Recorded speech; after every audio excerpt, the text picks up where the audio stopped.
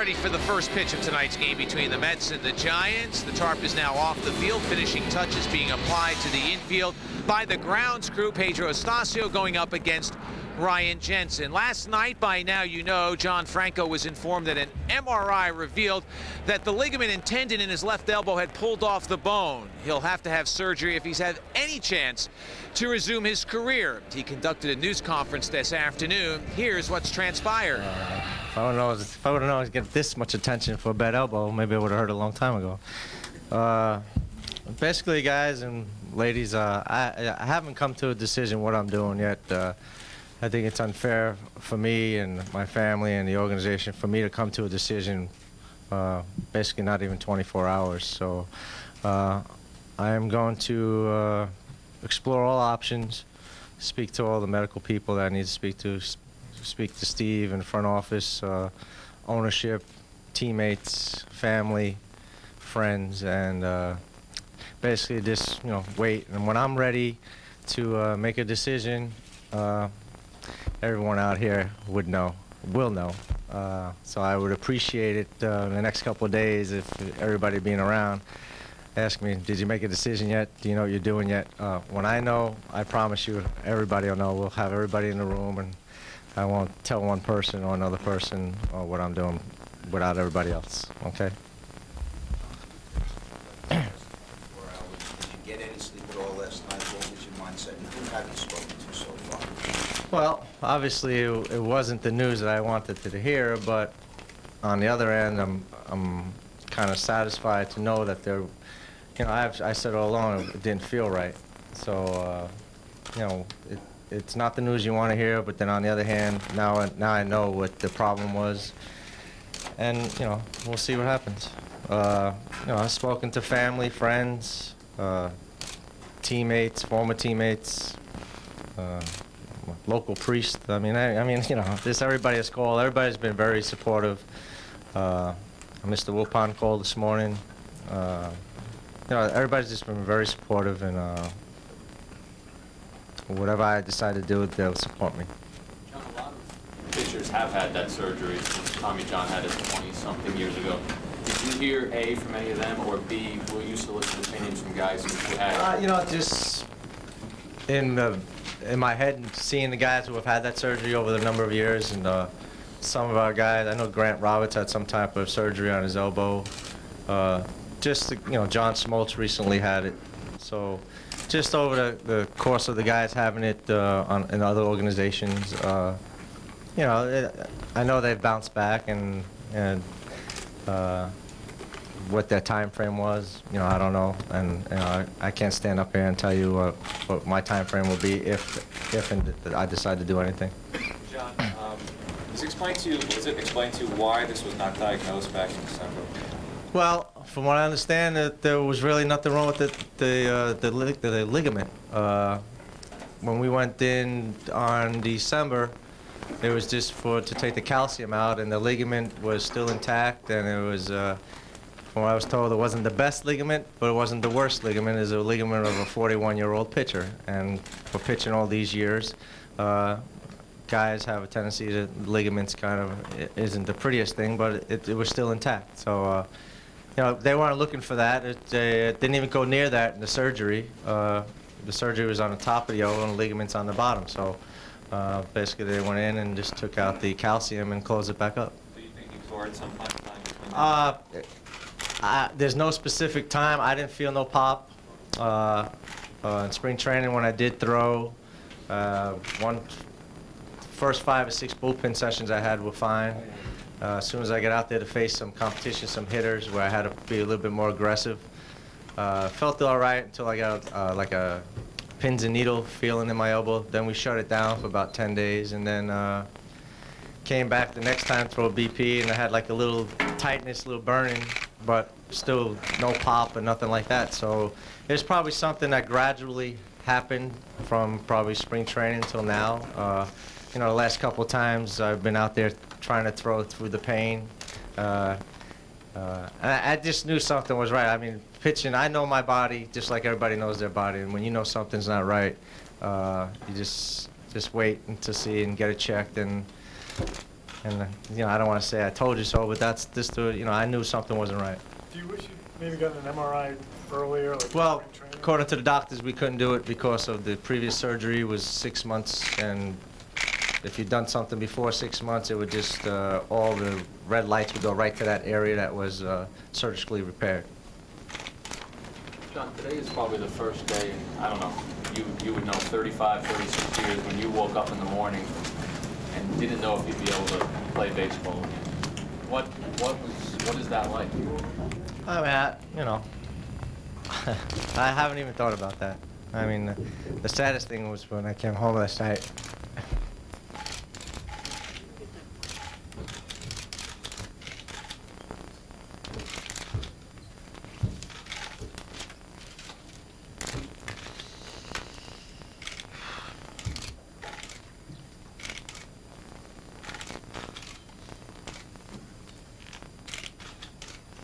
Well, when I came home last night, my son said to me, "Is it my fault because we played catch the day before?"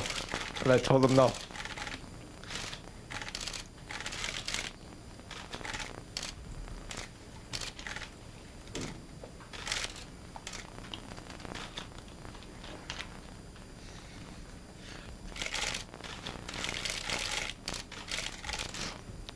That was probably just the hardest thing out of the day yesterday.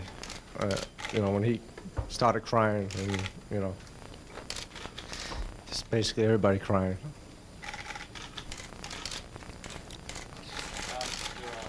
Is there anything left in baseball that you still want to accomplish that would compel you to go through this? I want a World Series ring for the New York Mets. That's what I want. You know, hopefully, you know, whatever decision I make, and if I'm a player or part of the organization, I'm going to do my best to help this organization get to that level. John, before this, you always said that you probably think that you could pitch beyond this contract, beyond 2003. I mean, is that, aside from this, you still think the rest of you would be able to do that? Is that still, like, would that go into your thinking about having the surgery? You know, like I said, I haven't given any thoughts on what direction I'm going yet. You know, it'd be hard. It wouldn't be right for me to say what direction or how I'm feeling right now, because you know, the last couple hours have been kind of tough on me. John, have you been told that you need the Tommy John surgery if you just want to be able to, say, throw batting practice as a coach a few years down the road? To live a normal life, I don't think I got that answer yet. I'm waiting for Dr. Rakito to come to speak to him a little bit more. You know, get some more answers on type of surgery, what is done in the surgery. Obviously, we know the recovery time is 12 months to 15 months, but how the surgery is done,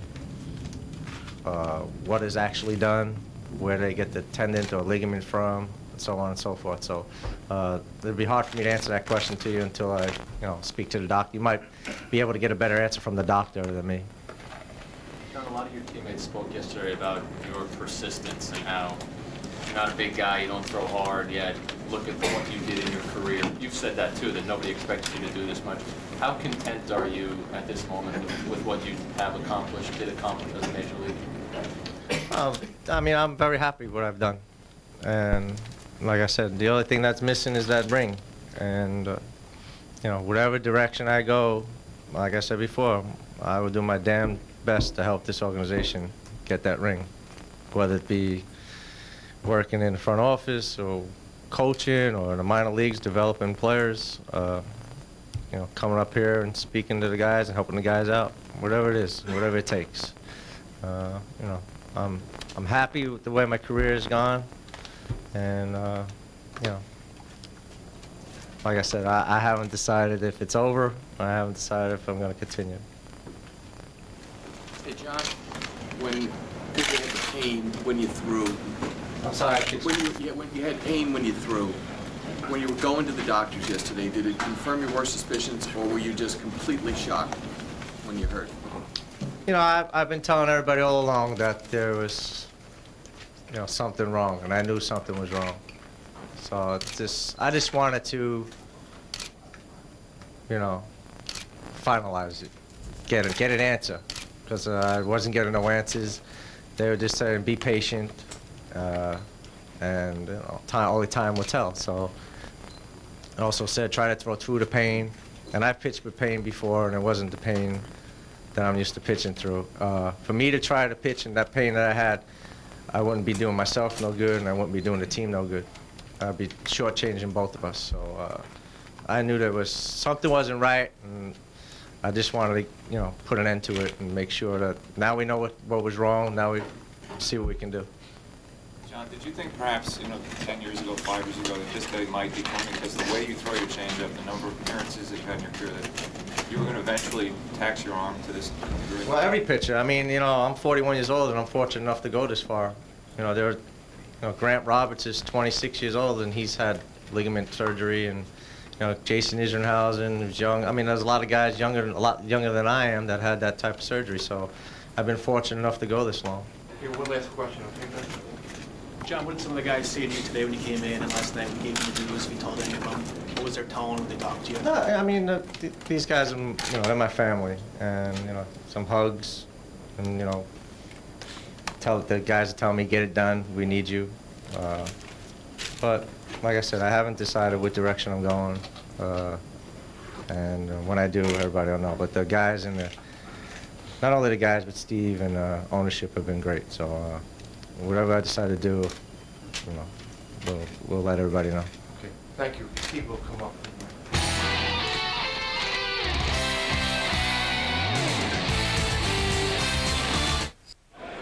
Back at Shea Stadium, just about ready for the first pitch of tonight's game between the Mets and the San Francisco Giants.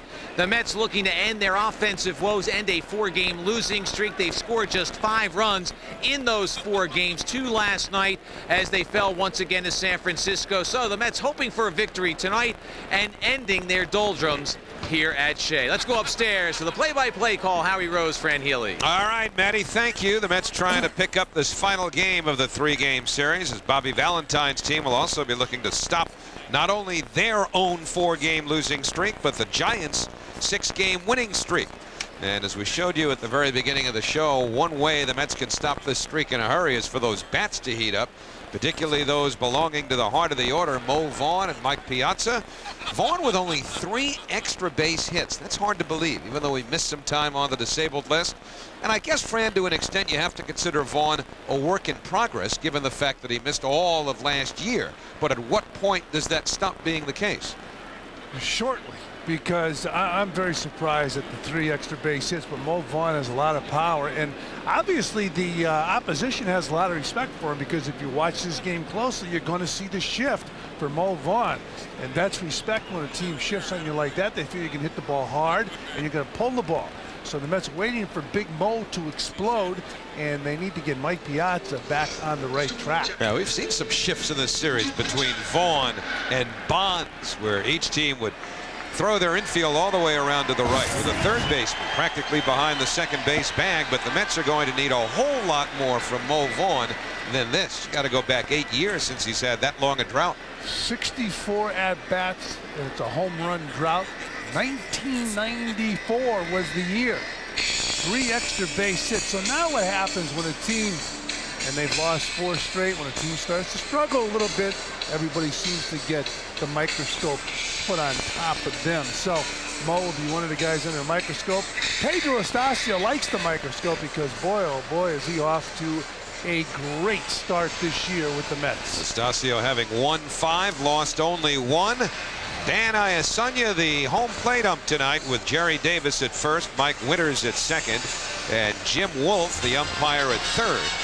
This is the first half of a homestand ending tonight, and then the Colorado Rockies come in. Boy, have they been hot since Clint Hurdle took over as the Rockies' new manager. So the Mets take the field, albeit a little bit behind time here at Shea because of a passing shower that never totally materialized, but the reports were a lot more ominous than reality, so they played it smartly, conservatively, kept the field covered. But Astacio is ready to go to work, and this is the San Francisco Giants lineup that he will face. A little bit different than what we've seen from the first two games when Dusty Baker used the same starting 8. Tonight, Marvin Bernard makes the start in right field, and then Rich Aurelia at shortstop, Barry Bonds in left, Jeff Kent in the cleanup spot, J.T. Snow at first. Pedro Feliz makes his first start of the series at third. Tsuyoshi Shinjo in center. Yorvit Torrealba will do the catching for the first time this week. And Ryan Jensen will be on the mound. A mound where Pedro Astacio has performed beautifully this year. His home earned run average, Fran, here at Shea, just 1.06, the best in the majors. Well, Pedro Astacio has been pitching lights out since joining the Mets this year. Big decision on the part of the Mets, Steve Phillips, to go out and take a chance on a guy who you really weren't sure would be healthy. But boy, he's shown that he's healthy this year. And behind him, he uses his defense. As you can see, you got Big Mo Vaughn at first base, Roberto Alomar, the second baseman, Ray Ordonez, the shortstop, Edgardo Alfonso over at third. You got Roger Cedeno, Jay Payton, and Jeremy Burnitz in the outfield. Mike Piazza behind the plate, and Pedro Astacio on the hill. Lifetime Astacio is 5-3 against the Giants. He beat them once last year. So Pedro Astacio making his 7th start of the year. He has 1 complete game. Of course, the complete game is almost extinct in today's baseball. But the Mets have had 3 of them already this season. In addition to Astacio, Shawn Estes, who threw a 1-hit shutout at Milwaukee, and Al Leiter are the other Mets starters who have complete games. Well, the Mets into the series, this series with the lowest ERA in the majors. They fell to second place behind the Dodgers after Tuesday's game and third behind the Giants after last night's game. And keep in mind, we talked about how the Mets seemed to be flat the first 2 games of the series, and one of the reasons, Giants pitching staff.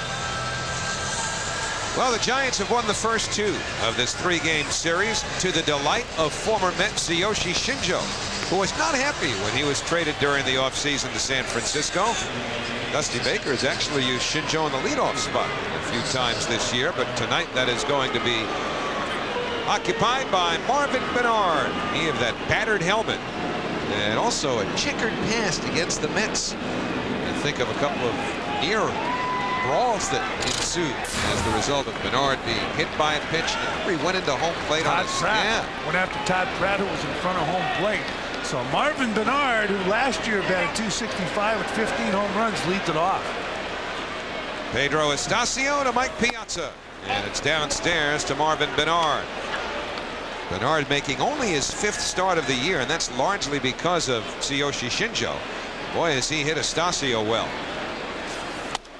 That's on the inside corner, a ball and a strike. Well, Marvin Bernard made the major leagues against all odds. He was the Giants' 50th 5-0 selection in the June 1992 draft as you look at Shinjo. Shinjo is in the Giants lineup tonight as Bernard gives Reggie Sanders the night off. What are the chances of being drafted as the 50th selection and making the major leagues? That's Mike Piazza. Yeah. Bernard pops it up on the infield. Alfonso, as the wind takes it almost to foul territory, but in fair ground, Alfonso puts it away. So Astacio pops up Bernard to get us started. And here is Rich Aurelia. Aurelia 4 for his last 11, having hit safely in the last 3 games. What a year he had last year. Nothing in comparison, of course, to Mr. Bonds. 37 home runs for Aurelia last year. 97 RBIs. He batted .324. He was injured early this year. He's had some arm problems, wears a protective device on his left elbow. And he shows bunt, but takes on the outside corner, 0-1. Rich Aurelia was at St. John's University. He majored in finance. More and more Major League players, potential Major League players, are majoring in finance. They should, then they can manage their own money. Eliminate the middleman. What, are you ducking again on a foul ball straight back? Well, I'll tell you, you never know. You got to be nimble. What kind of booth is this?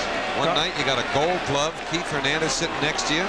He's bailing. Here I got a guy who called no-hitters in the major leagues. Yes, I did. And he's under the table. But I had no guts. 0-2 to Aurelia. And the fastball rides high. 206 hits last year for Rich Aurelia. He went to the plate 636 times. He played in 156 games. That's SAP broadcast on Espanol is brought to you by Child Health Plus. 1-2 pitch. And another high rider. So the count even on Aurelia. Giants are off to their best start in 15 years. We talked about the 6-game winning streak. They've won 8 of their last 9. And they had the identical 21-11 record to the team that Dusty Baker manages back in 1987. Roger Craig managed the Giants to an eventual National League West Division title, or being beaten in the playoffs by the St. Louis Cardinals.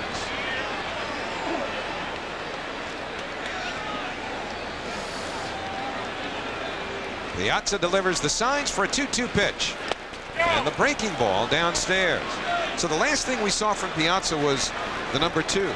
I don't know what the indicator might be or exactly what the sequence is on which sign counts, but the last one we showed you, that was the pitch Astacio threw. Well, with nobody on base, use the simplest signs possible. That means gave location. Fastball on the outside corner. Right where Piazza put the finger, he hit the spot.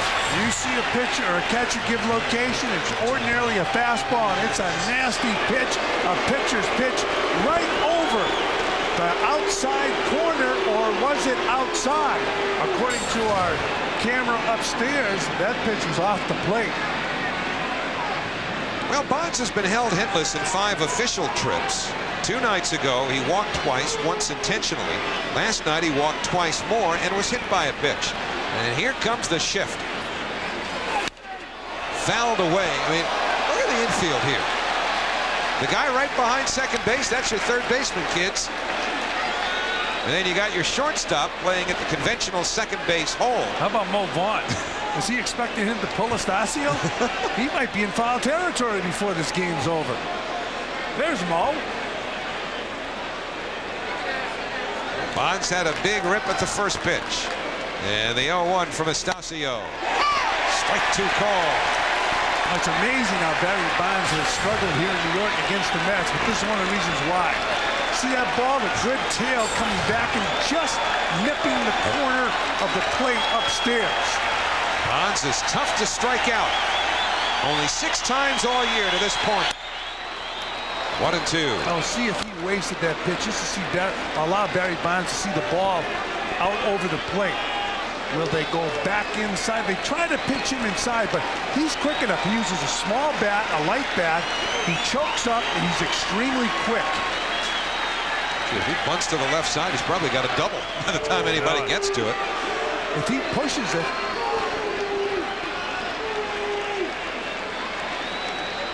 Ball and 2 strikes to Barry Bonds. Inside. Whoa, yes. On the block. They made some nasty pitches on Barry Bonds. Watch this ball come back, and we think get the corner. Is it a good pitch? Oh, yes. Good pitch to Barry Bonds from Astacio. He's got it tonight.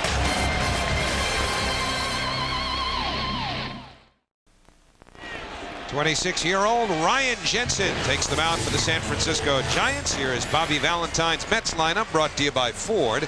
Roger Cedeno leading off in left field, and then Alomar Piazza, Vaughn, Alfonso Burnett, followed by Peyton, Ordonez, and Astacio. And Jensen went in the ball game last Saturday in relief early in the game and pitched very well. He throws in the high 80s with the heater. He's got that knuckle curve with 12-6 action, lacks great stuff, relies on his command. They call that a finesse pitcher. Well, he throws strike 1 to Roger Cedeno. That's scouting report brought to you by McDonald's. Roger's still trying to get on track. Healy's at third, in on the grass, and it's driven towards the gap in right center. Shinjo got a good jump, and the ball hangs up for him. 1 away. Well, defensively behind Jensen. Take a look. first base, Snow, Kent, Aurelia, and Felix. Kent, the second baseman, Aurelia, shortstop, Felix, the third baseman, Bond, Shinjo, Bernard, Turrialba behind the plate, Jensen on the mound. Lincoln Mercury brings you that defense. And Roberto Alomar steps in. Alomar 1 for 6 in the series. And the first pitch by Jensen taken for a strike. And to tell you what, from what we've seen in the top of the first and to the first batter and first pitch to Alomar, it looks like Dan Iasanya's got a nice wide strike zone tonight. Fouled away, no balls and 2 strikes. Well, a couple of pitches looked like they were off the plate, that they were called strikes. Now, we're going by our cameras, and we're told by our experts in production the camera never lies. Check swing, and it's going to be a base hit. It gets past Feliz. Alomar a big turn, and he is on his way to second base, and he's in there. That's a good sign. If you're the Mets, that's a good sign. Check swing right down the third baseline. You know you're hitting in good luck when you do that.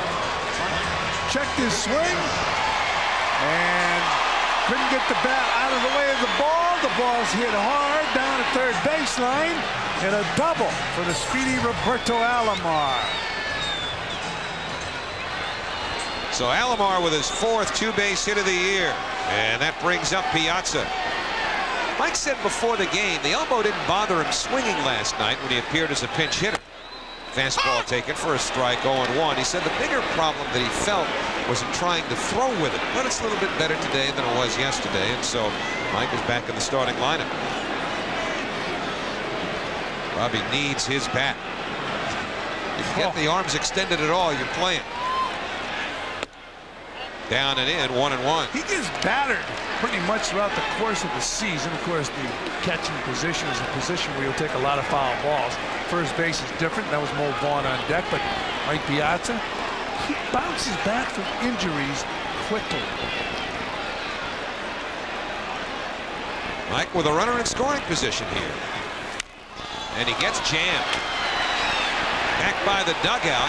Torrealba makes the play. So Piazza fouls out, 2 men away. Well, Jensen's happy. Anytime you get Mike Piazza to pop that ball up in foul territory, it's an easy out. And Jensen made a good pitch, and he beat Mike Piazza inside. That's how they try to pitch Mike, and right there Mike lost. Occasionally they try to go inside, they miss a little bit, and then bang. Here goes another shift. This time is from Mo Vaughn. And it opens up a huge hole on the left side of the infield, and it's a little unorthodox here because you've got a runner in scoring position. So anything that dribbles through that left side is going to score a run.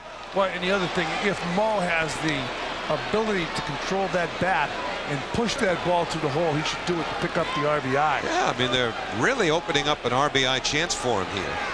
Vaughn just 2 out of his last 18. And as we mentioned, only 3 extra base hits so far this season. Homer and 2 doubles. You'd love to see him hit a triple one of these days, just to see what it looks like going from home to third. Something drastic would have to happen in the outfield. All 3 guys would have to collide. The shortstop would have to go get the ball. You've choreographed it, haven't you? Alomar in scoring position. Vaughn has had, incidentally, 10 major league triples. None since 1998. Deep to right field. He can walk around the bases. Downtown Flushing. And it's 2-0 New York. There's your shift. Boy, you upset Mo with that graphic earlier. He said, I'll show you those 3 extra base hits.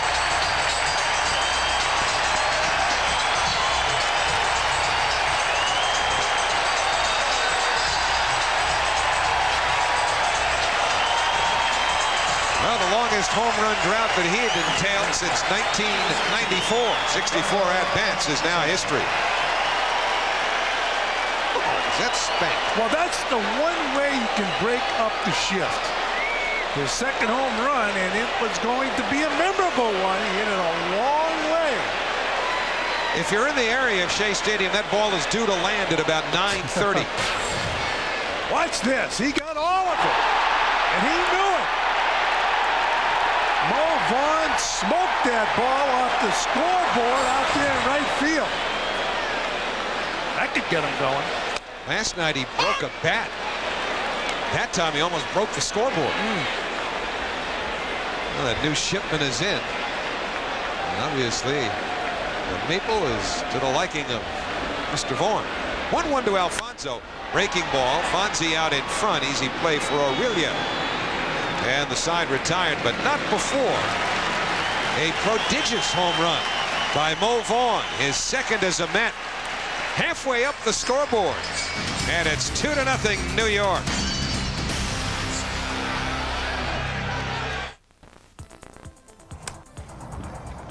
Hey kid, can I get a few swings? Shea is where the big boys bat. Kids, be a part of the team on Saturday, May 11th for MSG Network Wiffle Ball and Bat Day at Shea. Come see the Mets battle the Rockies. For tickets, call 718-507-TIXX during business hours, visit the Mets clubhouse shops, or log on to Mets.com.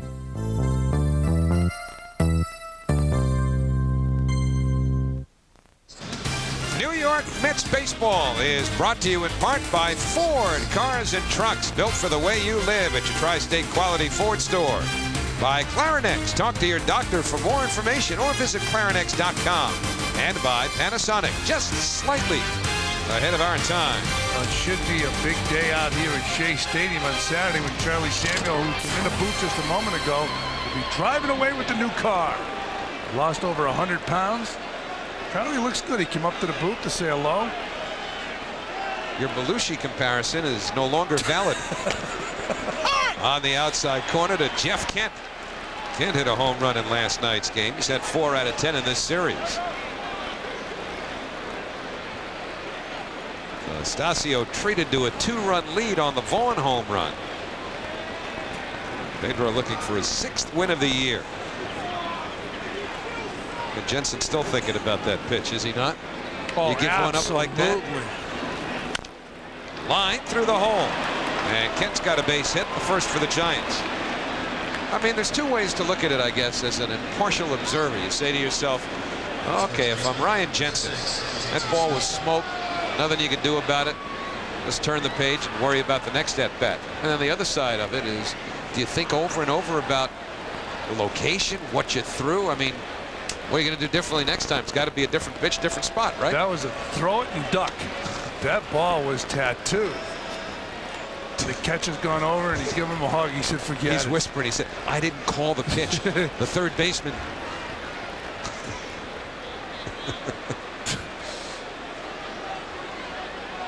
Well, I mean, might as well do it in signs, right?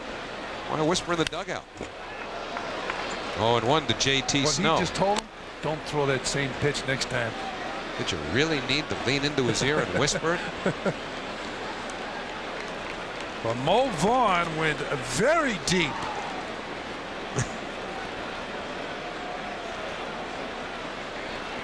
Kent is at first, nobody out here in the second.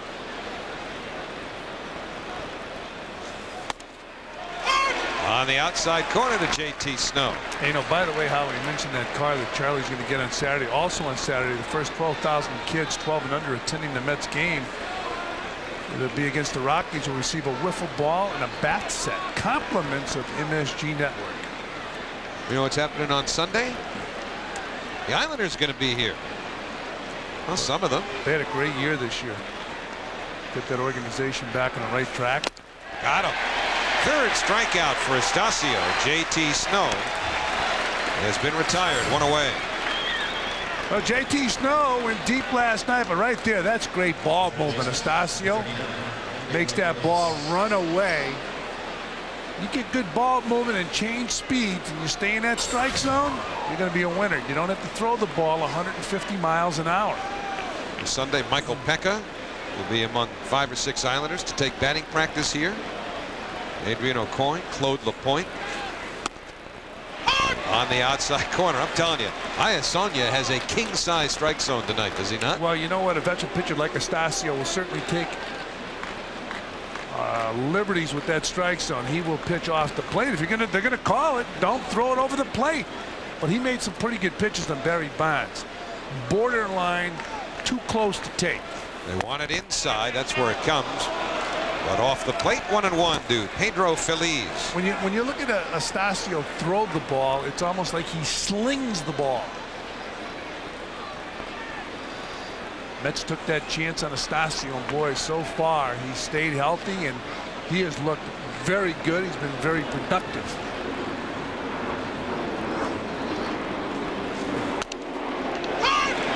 One and 2 to Feliz. Pedro Feliz making his 8th start of the year. He's had a hot bat lately.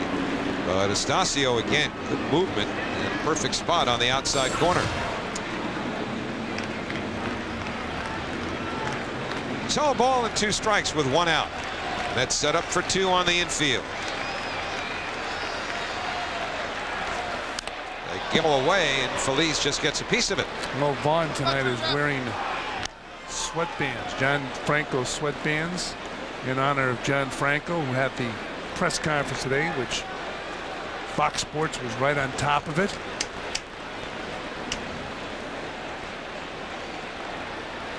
It's pretty moving to hear John talk about his son's concerns. Yeah. Paraphrase that in a moment if you didn't hear it. It's pretty moving. Got him. 4 strikeouts for Pedro Astacio. Talk about Astacio changing speeds, and when he needs to get that good giddy up on the ball, he got it. Look what happens. Right by him. Overmatched him. He's changed speeds very well tonight. Good breaking ball. And he said, I need to get that fastball inside. Look at that location. Great location by Astacio, throwing it right by him. So it's Tsuyoshi Shinjo, the batter. Kent on first, 2 men away. Breaking ball, 0-1. What John Franco said, and it was really the only time during his press conference that he was overcome by his emotions. Talked about the difficulties in the first few hours of dealing with the realization that his career could be over. Said the toughest part last night was when he came home. His 10-year-old son was crying, and he said, Daddy, is it my fault because we played catch the other day? It's heart-wrenching. 0-2 to Shinjo. Of course, that great movie shot in Iowa, Field of Dreams, was all about a dad and a son having a catch. Pedro Astacio has essentially been having a catch with Mike Piazza.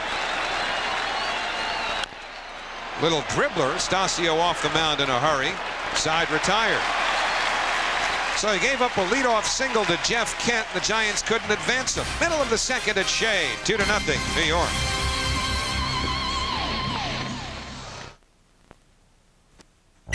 Stay up to date every night with Fox Sports Net's news updates at 9 and 39 past the hour. All the night's breaking news, scores, and highlights. Fox Sports Net news updates. The entire sports world in 2.5 minutes.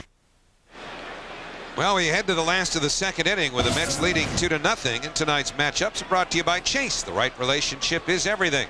Jensen against Astacio. Career numbers, some pretty impressive numbers for Pedro Astacio. Jensen just getting started. Jeremy Burnitz held hitless in 8 at-bats in this series, and he hits that one right on the button, but right at Shinjo. And there's 1 away.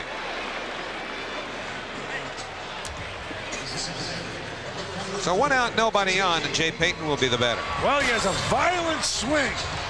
He hit over 30 home runs last year, and he smokes this ball to center field, and Shinjo goes back and makes the grab. But boy, that reminds me of a swing, a couple of left-handers, that violent swing. Carl Yastrzemski of the Boston Red Sox, and another guy who probably had the most violent swing from the left side of the plate, Jim Gentile.